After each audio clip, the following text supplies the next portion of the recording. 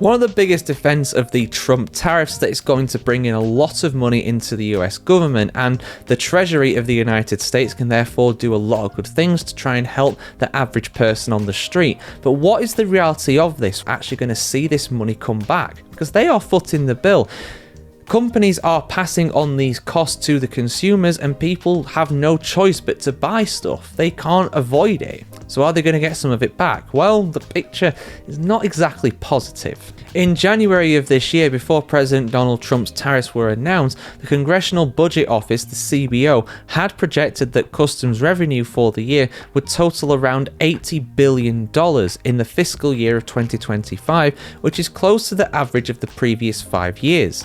Now, though, the US Department of the Treasury reports that it's going to be around $195 billion, with $30 billion in July alone, 1 month having nearly half the projected amount at the start of the year. Historically in the US, tariff revenue never accounted for more than around 2% of the total federal government revenues. However, with these measures now currently in place, the norm could be around 5%, well over double what it was previously. When combined with the reduced need for federal borrowing, this tariff revenue will reduce federal interest costs by an additional $700 billion.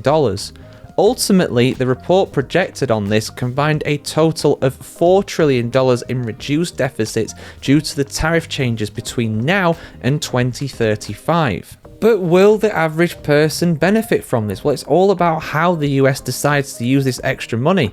They could do it to help out average Americans when it comes to tax breaks and other kinds of charges, or they could keep it for other purposes. I'll let you decide in the comments which one's more likely.